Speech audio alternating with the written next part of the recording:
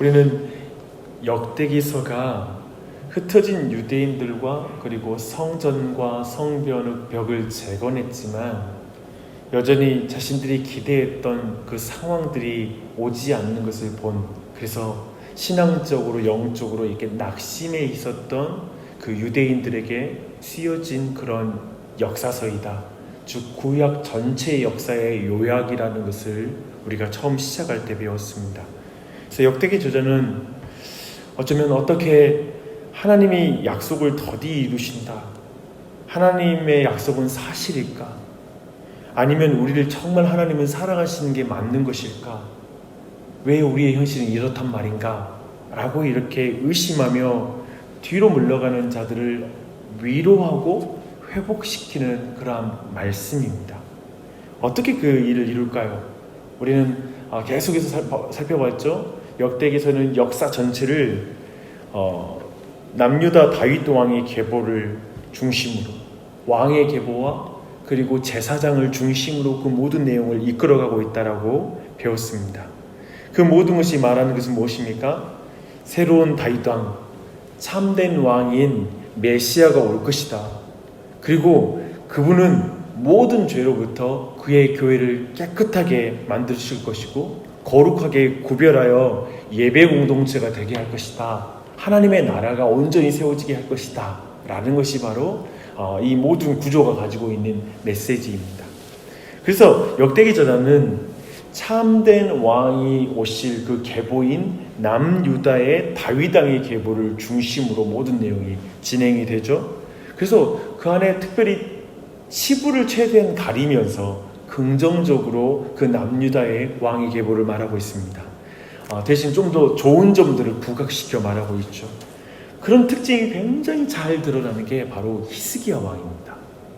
오늘 본문 전체를 읽지 않았지만 32장은 아수르 군대와의 전쟁으로 이제 내용이 시작되고 있습니다. 아수르 왕 사네립이 유다를 치러 온 때는 히스기야 통치 14년인 주전 701년이었습니다. 북왕국 이스라엘이 이미 21년 전에 아수르에 의해서 이미 멸망을 당한 그런 상태였습니다. 이 전쟁에서 우리는 정말 탁월한 히스기야 왕의 그런 면모들을 우리가 확인할 수가 있어요. 근데 히스기야는 우선 물길을 확보해서 적진의 포위 공격으로부터 오랫동안 물을 공급받을 그 방법을 만들어냅니다. 동시에 밖으로 나는 수로를 다 차단해서 포로로 이제 포위하고 있는 군대에게 물을 주지 않아 어려움을 경험하게 만드는 이런 애리함을 보이고 있습니다. 동시에 성벽들을 다시 수축해요. 매우 현실적으로도 모든 전쟁의 준비를 잘 준비해 나가고 있습니다. 그리고 군대 장관들과 그리고 그 두려워하는 백성들을 다 모아서 심리적인 마음의 부분에 영적으로 그들을 강건하게 해주는데요. 그것이 7절과 8절에 나와요. 너희는 마음을 강하게 하며 담대히 하고 아수르 왕과 그 쫓는 온 무리로 인하여 두려워 말며 놀라지 말라. 우리와 함께하는 자가 저와 함께하는 자보다 크니 저와 함께하는 자는 육신의 팔이요 우리와 함께하는 자는 우리의 하나님 여호와시라. 반드시 우리를 도우시고 우리를 대신하여 싸우시리라 하며 백성이 유다 왕 히스기야의 말로 인하여 안심하니라 라고 이렇게 말씀하고 있습니다. 이 부분에서 잠깐 이 의미를 잠깐 정리하고 그리고 나서 또 내용들 계속 나누면 좋을 것 같습니다. 전쟁을 준비하는 내용을 보면 사실 쭉 보면 잘 되는 집안, 잘 되는 나라의 그 분위기를 다 느낄 수가 있어요. 물길을 막고 성벽을 쌓고 또 마음의 모든 두려움까지 다 제거하는 이 모든 걸 보면 딱딱 들어맞습니다. 그리고 진행이 잘 되고 있어요. 그런데 여기에서 정말 인상 깊은 한 가지 특징이 또 있더라고요. 그게 31장 21절을 보면요.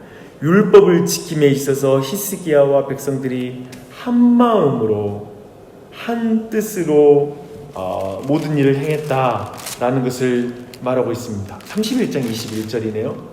그들이 한 마음 한 뜻으로 이 모든 일을 행했다라는 그 분위기를 볼 수가 있고요. 굉장히 단합되어 있는 거예요. 그리고 매우 견고한 그 팀워크를 가지고 있는 거예요.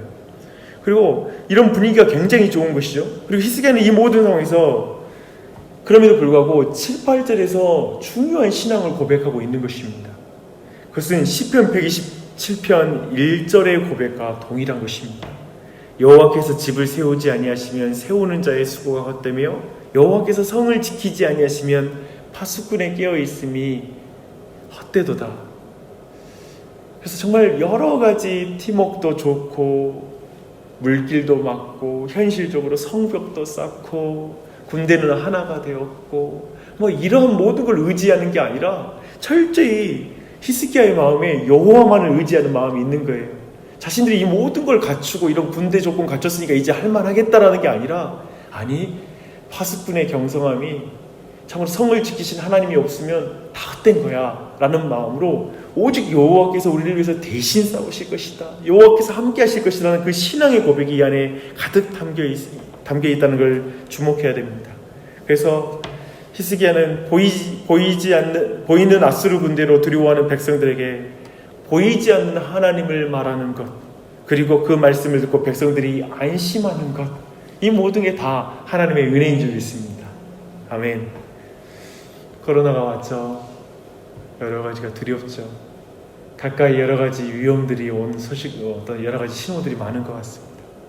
하지만 이 보이는 것, 이것을 우리가 두려워할 것이 아니라 보이지 않는 하나님이 이 가운데 함께 하신다라는 그것이 우리를 안심시키는 것이죠. 그렇죠? 신자에게는 그것이 있습니다. 그런 은혜가 우리 모두에게 넘치길 바랍니다. 참으로 전쟁의 성패는 물도 견고한 성도 끈끈한 군대도 아니었어요. 이 10절 말씀 보십시오.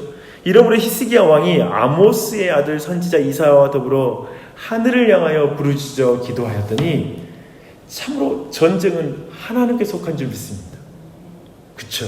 정확히 히스기야의 믿음대로 여호와가 이스라엘을 도우시고 그들을 대신하여 싸우셔서 이 전쟁은 완전히 이기게 됩니다. 아수르 군대가 패배하고 아수르 왕 사네립도 비참한 최후를 맞아요. 재미있어요. 누가 내 손과 내 신에게 벗어난 그런 신들이 어디 있었느냐라고 말했는데요, 그가 그의 신전에서 보호받는 게 아니라 자신의 손, 자신의 자녀에게 죽임을 당해요. 참으로 자신의 그 말에 비참한 최후를 맞이하는 것입니다. 히스기야의 아버지 아하스 왕은 곤고한 때에 하나님께 범죄한 사람이었는데, 히스기야는 곤고한 때에 주님을 더욱 의지함으로 참으로 하나님의 놀라운 은혜를 경험하는 그 긍정적인 면이 아름답게 그려지고 있죠. 그렇죠? 그 내용을 쭉 살펴봤어요. 근데 24절부터 히스기야의 어두운 면을 살짝 우리에게 엿보게 해줍니다. 그 어둠은 곤고한 때가 아니라 부요한 때를 배경으로 하는 그 어둠입니다. 자세한 내용은 열왕기하 20장에 자세하게 나와요. 우리가 그 내용들은 조금 알 것입니다. 죽을병에 걸린 히스기야는 기도함으로 15년의 연수를 더하는 그 은혜를 경험하게 됩니다. 이게 배경이에요. 죽을 고난이 닥친 게 아니라 15년이라는 그 세월이 딱 확보되자 여기에서 위기가 찾아옵니다. 더하여 27절을 보니까 히스기야가 부와 영광이 지극했다라고 말합니다. 지극한 부요와 그것을 누릴 시간을 선물을 받으니 얼마나 감사할 일입니까? 이게 얼마나 큰 은혜입니까? 그렇죠? 근데 이런 은혜와 대조되어 반역이 일어난다는 걸 성경이 그리고 있는 거예요. 은혜에 합당히 행하지 않고 은혜에 반역했다라는 걸 말하고 있습니다. 그 내용은 뭐냐면, 그가 병들었다는 소식을 듣고 이제 바벨론부터 사신들이 오지요. 근데 그 사신들 앞에 이제 건강해져서 15년의 연수를 가진 그 히스기야 왕이 자신의 부요함을 자랑합니다. 그 사람들은 어떻게 이 기적적인 일이 일어났는지, 어떻게 아수르 군대를 이겼는지 뭐 이런 내용들을 알고 싶어서 왔거든요. 그럼 하나님을 자랑해야 되는데 그가 자신의 부요함을, 방패를 자랑합니다. 자신의 곳간에 있는 모든 부요함을 자랑합니다. 하나님은 그가 보여준 그 모든 것을 바벨론으로 다 옮겨갈 것이라고 말하죠. 하지만 그가 죽은 다음에 그 일이 일어날 것이라고 말합니다. 근데 역대기는 이 사건, 방금 말했던 이 사건의 핵심을 31절에서 정확하게 말해요. 그러나 바벨론 방백들이 히스기야에게 사신을 보내어 그 땅에서 나타난 이적을 물을 때에 하나님이 히스기야를 떠나시고 그의 심중에 있는 것을 다 알고자 하사 시험하셨더라 라고 이 모든 내용을 말하고 있습니다. 결국 이 사건으로 히스기야의 인생에 오점이 남습니다. 우리는 말씀을 시작할 때 역대기 저자는 가능한 다윗 왕조의 어두운 부분을 최소한으로 말하고 있다고 말했습니다. 그런 의미에서 이 본문 굳이 말하지 않고 넘어가도 되는데 왜 히스기야의 이 어두운 면을 언급할까라는 것에 대해서 한번 생각해 볼 필요가 있습니다. 저는 하나님이 떠난 인생의 한계가 무엇인지를 보여주는 말씀이라고 믿습니다. 오늘 말씀 보면 하나님이 떠났다고 말하잖아요. 참으로 공고한 때에 하나님 의지하는 것, 부요한 때에 하나님께 감사할 수 있는 것은 하나님이 없는 인생으로서는 불가능한 일입니다. 오직 하나님이 함께 있는 사람만 공고한 때에 하나님 의지할 수 있고요. 그리고 부요한 때에도 하나님께만 감사할 수 있어요. 교만해지지 않는 것은 오직 하나님이 함께 하실 때 가능한 걸 드러내는 말씀이 좀 있습니다. 참으로 인간의 마음에는 겸손한 감사는 없고 교만함과 간사함이 있는 것 같습니다. 그래서 우리는 히스기야를 볼 때 더욱 하나님의 은혜를 부각시켜 생각해야 돼요. 그리고 우리 자신을 볼 때에도 내가 공고함을 이길 수 있는 사람 아니다. 내가 감사함 속에 교만함을 이길 수 있는 그런 사람 아니야. 하나님이 함께 하시는 은혜가 있어야 돼. 그 은혜를 구하는 게 바로 우리에게 중요한 기도가 돼야 되고 고백이 돼야 되는 줄 믿습니다. 아마도 이 말씀을 보는, 이 역사를 보는 첫 번째 독자인 포로기의 유대 백성들, 흩어져 있는 유대 백성들, 그 낙심한 유대 백성들은 히스기야 왕에서 어떤 한계를 분명히 보았을 것입니다.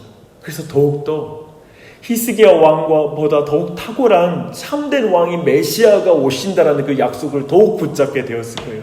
그분이 와야 한다고 생각했을 것입니다. 우리는 알고 있습니다. 그 참된 메시아는 하나님을 떠난 인생들의 비참함을 보시고 공고할 때 하나님을 더 완악하게 대적하고 또 하나님이 주신 축복에 대해 은혜에 대해서 반응할지 모르는 그 백성들을 위해서 참으로 사람의 몸을 입으시고 이 땅에 내려오신 주님이십니다. 하늘의 모든 영광과 부요함을 가지신 분이시지만 친히 가난한 가정으로 들어오셔서 육체 가운데 오셔서 겸손하게 우리 가운데 오신 주님이신 줄 믿습니다.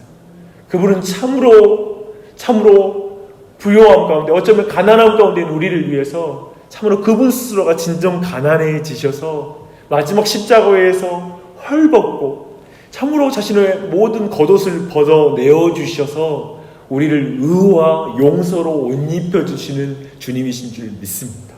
그의 살과 피로 굶주린 우리를 먹이시는 주님이신 줄 믿습니다. 이분은 참으로 공고한 때에 더욱더 겸손하셨고 참으로 모든 걸 가지셨으나 가장 겸손케 되신 우리 구주 예수님, 참된 메시아이십니다. 우리는 저 십자가를 통해서 하나님의 심중에 있는 것을 알게 되죠. 그 심중에는 뭐가 있습니까? 하나님이 세상을 이처럼 사랑하사 독생자를 주셨습니다. 바로 죄인을 사랑하는 그 하나님의 사랑이 바로 저 십자가에서 우리가 하나님의 심중에 있는 그 사랑을 우리는 보지 않습니까? 바로 우리 그 십자가, 오늘 우리가 붙잡고 기도하는 그 십자가입니다. 이 하나님이 틈만 나면 교만해지는 우리를 붙들어 주셔서 어느 순간에도 하나님의 은혜를 잊지 않는 은혜를 부어주실 줄 믿습니다. 이 예수님 붙잡고 이 아침에 기도하시게요. 참으로 마음을 지키는 것이 성을 지키는 것보다 어렵습니다. 그렇죠? 마음을 지키는 것은 오직 하나님의 손에 달려 있습니다. 자녀들의 마음을 지키는 것, 이 세상의 이 아이들의 마음을 빼앗고, 정말 저는 이 세상의 악함이 무서워요. 정말 아이들의 마음을 지키는 건 하나님이 지켜주셔야 돼요. 부모가 지킬 수 없어요. 그렇죠? 교회를 온전히 지키는 것도 사람이 못 지켜요. 하나님이 손이 지켜주셔야지만이 교회를 지켜요. 코로나 상황 속에서 여기저기 난리예요. 과연 교회가 어떻게 될 것인가? 다들 말해요. 모일 수 있을 때 모이지도 못하잖아요. 이 한 해가 이렇게 지나가잖아요. 1년, 2년 가면 어떻게 될까요? 그러나 하나님만이 교회를 지키셔요. 그래서 이 아침이 너무 중요하고 저는 여러분의 기도가 너무 중요해요. 교회를 위해서 기도해 주세요. 여러분의 가정을 위해서 기도하세요. 자신의 영혼을 위해서 기도하세요. 그래서 공고한 때에 하나님을 더욱 붙잡는 은혜, 그리고 부유한 때에도 하나님께 겸손하게 더욱 하나님의 은혜를 찬양하는 은혜가 우리와 우리 가정과 교회, 그리고 온 교회에 넘쳐나게 하여 주시옵소서 기도할 때 하나님이 우리를 대신해 싸우실 거예요. 하나님이 우리를 대신하여 하나님의 교회를 위해 싸우실 것이고, 그리고 우리 가정과 우리 자신을 위해서 싸우실 때 오늘도 마귀와 대적하여 승리하는 은혜를 경험하게 될 줄 믿습니다. 그 은혜를 구하는 이 아침이 되시기를